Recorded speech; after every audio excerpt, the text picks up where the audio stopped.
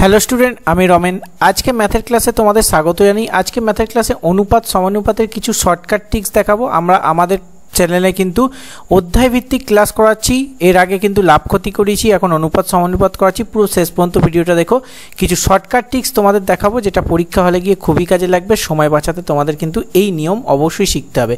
তো বলে রাখি, যারা নতুন দর্শক আছো, প্রত্যেক দিন রাত 9টায় আমাদের ফেসবুক পেজে জিকে এবং ম্যাথের ক্লাস নিয়ে আসা হয়। অবশ্যই ফেসবুক পেজ থেকে দেখলে ফেসবুক পেজটাকে ফলো করো। ইউটিউব থেকে যারা দেখছো, প্রত্যেক দিন সকাল 10টায় ইউটিউব চ্যানেলে জিকে এবং ম্যাথের ক্লাস আনা হয়। অবশ্যই ইউটিউব থেকে দেখলে ইউটিউবটাকে সাবস্ক্রাইব করো আর ডেসক্রিপশন বক্সে টেলিগ্রাম চ্যানেলে যুক্ত থেকো। চলো আজকে ফার্স্ট কোশ্চেন। এক ব্যক্তি ৮১০০ টাকা খরচ করলে কিছু টেবিল, যার প্রত্যেকটির দাম ১২০০ টাকা মানে ১২০০ টাকা, এবং কিছু চেয়ার প্রত্যেকটির দাম ৩০০ টাকা কেনার জন্য। এখানে স্পেলিং মিস্টেক আছে। চেয়ার ও টেবিলের সংখ্যার অনুপাত কত যদি সম্ভাব্য সর্বোচ্চ দামে কেনা হয়? তাহলে কি বলেছে, একটা হচ্ছে তোমাদের প্রথমে কি বলেছে, এত টাকা খরচ, মোট টোটাল হচ্ছে ৮১০০।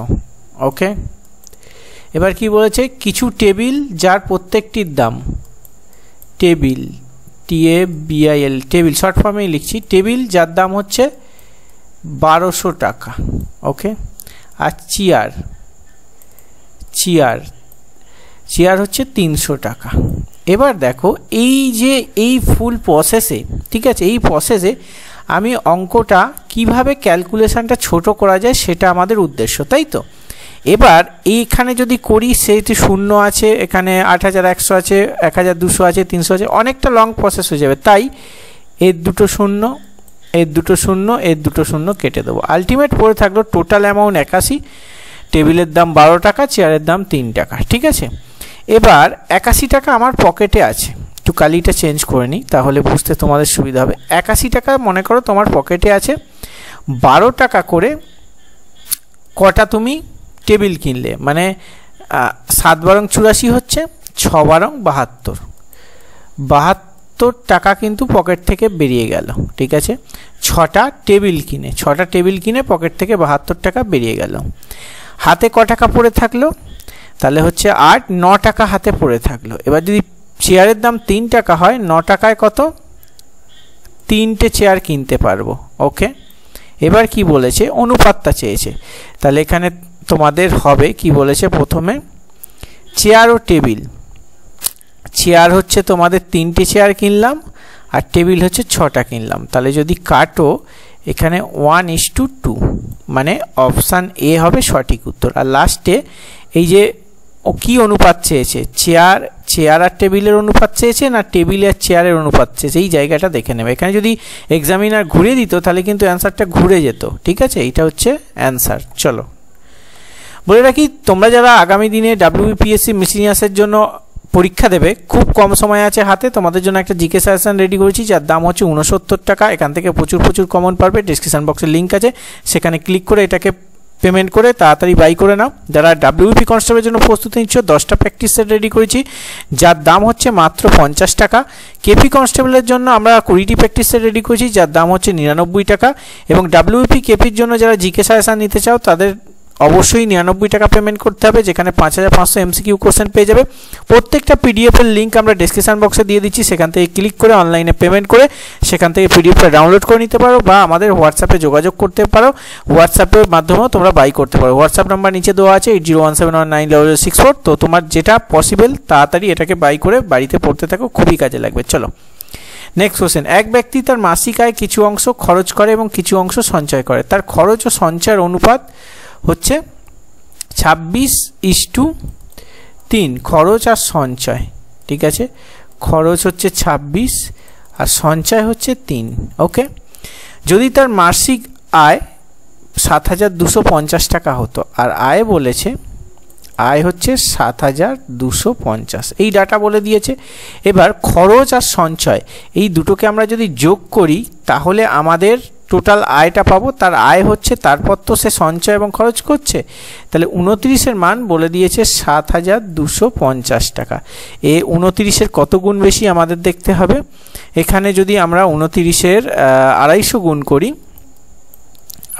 গুণ করি, তাহলে গিয়ে 7250 টাকা হবে। ঠিক আছে, কি বলেছে, তাহলে তার মাসিক সঞ্চয় কত, 3-এর সিম্পল 250 গুণ করে দেবো, তাহলে কত হচ্ছে 3 25 75 750 টাকা।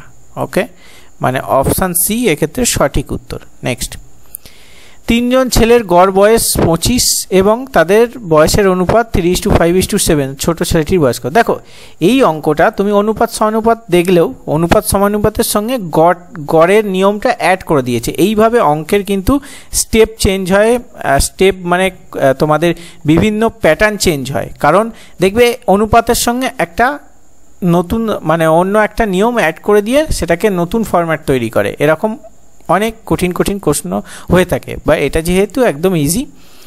কি বলছে? 3 জন ছেলের গড় বয়স 25, আমাদের মোট বয়সটা বার করতে গেলে 3 জন ছেলে মানে 75, এটা হচ্ছে মোট বয়স। ঠিক আছে, এবার এক্ষেত্রে কি বলেছে? বয়সের অনুপাত 3 জন আছে, ধরে নিলাম এ বি আর সি, তাহলে 3:5:7, তাহলে এটাকে যোগ করব, মানে 7 3 10 আর 15-15-র মান হচ্ছে 75, কত হচ্ছে 5-15 5। তাহলে এক্ষেত্রে তোমাদের কি বলেছে? ছোট ছেলের বয়স মানে 3-5-15, মানে 15 হবে সঠিক উত্তর, মানে অপশান বি সঠিক উত্তর। ঠিক আছে, আশা করি বুঝতে পারছো, এর থেকে সোজা পদ্ধতি আর হয় না। এক মিশ্র সারে ইউরিয়া ও পটাশের পরিমাণ, মনে করো ইউরিয়া আর পটাশ, ঠিক আছে, কত? 7:3। ওই মিশ্রণে সারে ইউরিয়ার পরিমাণ কত? ইউরিয়ার পরিমাণ চেয়েছে, তাহলে মোট কত আছে? মোট 7 আর 3 10 আমাদের কিন্তু কোয়ান্টিটি আছে। এর মধ্যে ইউরিয়ার পরিমাণ শতকরা কত চেয়েছে? ইউরিয়া কত? ইউরিয়া হচ্ছে 7, তাহলে 7 × 100, 10-এ আছে 7, 100-তে কত? তাহলে এই 0 কেটে দাও, মানে 70%, 70%, মানে অপশান ডি সঠিক উত্তর। চলো নেক্সট, 7,000 টাকা এবিসি 3 জন আছে টোটাল, আমি 3টে লিখে নিই তারপর তোমাদের অঙ্কটা পড়ছি। এবিসি 3 জনের মধ্যে এমনভাবে ভাগ করা হলো, এ বি হচ্ছে 2:3, বিসি হচ্ছে 4:5। ওকে, এই ডাটা বলে দিয়েছে। এবার এর মান দুবার দু রকম, তাই একে মানে অনুপাতের দিক থেকে ঠিক করতে হবে, একে 4 দিয়ে এবং একে 3 দিয়ে। যেহেতু একে 3 দিয়ে করেছি, একেও 3 দিয়ে, একে 4 দিয়ে করেছি, তাই একেও 4 দিয়ে। 4 2 8, 3 4 12 আর 3 5 15। ঠিক আছে, তাহলে বি কত টাকা পাবে? টোটাল টাকা এটাকে আমি যদি এত টাকায় বেশি, টোটাল এটাকে 12 আর 8 20 30 35, ঠিক আছে, টোটাল বেরিয়ে গেল 35। 35-এর মান হয়ে গেল 7,000। 35 2 70, মানে 200 গুণ বেশি। তাহলে বি আমাদের বেরিয়েছে এখানে 12 2 মানে 200 গুণ বাড়িয়ে দিলে 2400, মানে অপশান সি সঠিক উত্তর। ওকে, চলো, একটি ক্লাসের ছাত্রীর সংখ্যা ছাত্রর সংখ্যার থেকে 20% বেশি। ক্লাসে মোট ছাত্রছাত্রীর সংখ্যা 66, যদি আরও 4 জন ছাত্রী ক্লাসে ভর্তি হয়, তাহলে এখন ক্লাসে ছাত্রছাত্রীর অনুপাত কত? আচ্ছা, 20% বলেছে, 20%-এ আমরা ভগ্নাংশ ভ্যালু করব, কেটে দিলাম 1/5। ওকে, বয় এবং গার্ল দুজন আছে, তাহলে কি বলেছে? একটি ক্লাসের ছাত্রীর সংখ্যা ছাত্র সংখ্যার থেকে বেশি, তাহলে ছাত্র বয় এ যদি 5 হয়, তাহলে এ হবে 6। ওকে, দুজনের টোটাল মানটা এখানে 66 বলে দিয়েছে, 6 5 11 অনুপাতের দিক থেকে, কিন্তু কোশ্চেনে 66 বলে দিয়েছে। ঠিক আছে, এর জাস্ট 6 গুণ বেশি। ঠিক আছে, তাহলে আমরা বার করব টোটাল কত ছিল? এর 5 6 30 হলো, আর এদিকে 6 6 36 হলো। বোঝাতে পারলাম? এবার কি বলেছে? এর সঙ্গে আরও 4 জন যোগ হলো, তাহলে 36-এর সঙ্গে 4 যদি যোগ করো তাহলে 40, আমাদের এদিকে হয়ে গেল 40, এদিকে 30, তাহলে এখানে পেলাম বয় হচ্ছে কত? এখানে 30, আর গার্ল হচ্ছে তোমাদের এখানে 40, তাহলে এই 0 কেটে দাও, 3:4 উত্তর, মানে অপশান সি সঠিক উত্তর। চলো নেক্সট, এ ও বির খরচের অনুপাত 2:3। ওকে, এই অঙ্কটা জাস্ট দেখো, এই অঙ্কটা একটা খুবই গুরুত্বপূর্ণ বা বোঝার অনেক ব্যাপার আছে। ঠিক আছে, এ বি বলে দিয়েছে 2:3। ওকে, 2800 টাকা তাদের দুজনের মধ্যে সমান ভাগে ভাগ করে দেওয়া হলো। টোটাল 2800 আছে, এ যদি 1400 পায়, বি পাবে 1400, তবে গিয়ে দুটো সমান ভাগে ভাগ হচ্ছে। এবার কোশ্চেনটা হচ্ছে, দেখো এই অঙ্কটা বুঝতে হবে, তারপর ভালো করে করতে হবে। কি বলেছে, এর সঞ্চয় হচ্ছে 600 টাকা। ওকে, এর সঞ্চয় এখানে লিখলাম আমরা সঞ্চয়, এ সঞ্চয় করছে 600 টাকা, সে সঞ্চয় করছে। ওকে, তার খরচ কত হচ্ছে, খরচ যদি সঞ্চয় 600 টাকা করে, আর মানে 1400 টাকা থেকে 600 টাকা সঞ্চয় করলে 800 টাকা তার পকেট থেকে খরচ হচ্ছে। ওকে, বোঝাতে পারলাম? এবার দেখো, এবার কোশ্চেনে বলে দিয়েছে খরচের অনুপাত 2:3। এই যে 2 অনুপাত হয়েছে, এর কত গুণ, মানে 400 দিয়ে গুণ করলে তবে গিয়ে এই মানটা হবে, তাই তো? এই 800 মান 400 গুণ, তাহলে এই 3-এর 400 গুণ যদি করি কত হবে, 1200। বোঝাতে পারলাম? 1200 হচ্ছে, তাহলে এর মানে খরচের অনুপাত হচ্ছে 1200। এটা বুঝলে কি? দেখো অনুপাতে বলে দিয়েছে, আমাদের এখান থেকে খরচ বেরোলো 800। এই অঙ্কটা হচ্ছে আগের যে নিয়ম করলাম তার উল্টো দিক থেকে প্রসেস করতে হবে। এখানে অনুপাতটা বলে দিয়েছে, আগে অনুপাত বার করতে হচ্ছিল, ঠিক আছে? তো অনুপাত 2 বলে দিয়েছে, ঠিক আছে? 2 কত গুণ, 400 গুণ। সিম্পল, তোমরা এই 3-এর অনুপাত এখানে 3 বলে দিয়েছে, 3-এর 400 গুণ করবে, এটা হচ্ছে খরচ, হচ্ছে বিয়ের। তাহলে 1400 থেকে যদি 1200 বিয়ের খরচ হয়, তাহলে কত টাকা সঞ্চয় হচ্ছে? তাহলে 200 টাকা সঞ্চয় হচ্ছে, ঠিক আছে? 200 টাকা সঞ্চয় হচ্ছে। এখানে রং অ্যান্সার আছে, এখানে অপশান এ হবে সঠিক উত্তর, মানে 200 টাকা সঞ্চয় হয়। ওকে, এটা হচ্ছে 100% সঠিক উত্তর। চলো নেক্সট, এখানে তোমাদের অ্যান্সার কিতে ভুল আছে, এখানে 200 টাকা হবে। চলো, কলকাতা থেকে একটি জায়গায় যাওয়ার বাস ভাড়া 20 টাকা এবং ট্রেন ভাড়া হচ্ছে 30 টাকা। বাস আর ট্রেন, বাস হচ্ছে 20 টাকা আর ট্রেন হচ্ছে 30 টাকা। সরি, অনুপাত হবে না, সাপোজ আমি বলছি। আচ্ছা, এর 20% ট্রেন ভাড়া, কি বলেছে, ট্রেন ভাড়া 20% বৃদ্ধি পায়, বাস ভাড়া 10% বৃদ্ধি পায়। বাস ভাড়া যদি 10% বৃদ্ধি পায়, তাহলে এর থেকে যদি আমরা 2 বৃদ্ধি পাচ্ছে, তাহলে 20 + 2। ওকে, আর এখান থেকে 20% বৃদ্ধি মানে 3 দুগুণে 6, 30 আছে, আর এদিকে 6, 36, ঠিক আছে? তাহলে এদিকে হচ্ছে 22 আর এদিকে 36।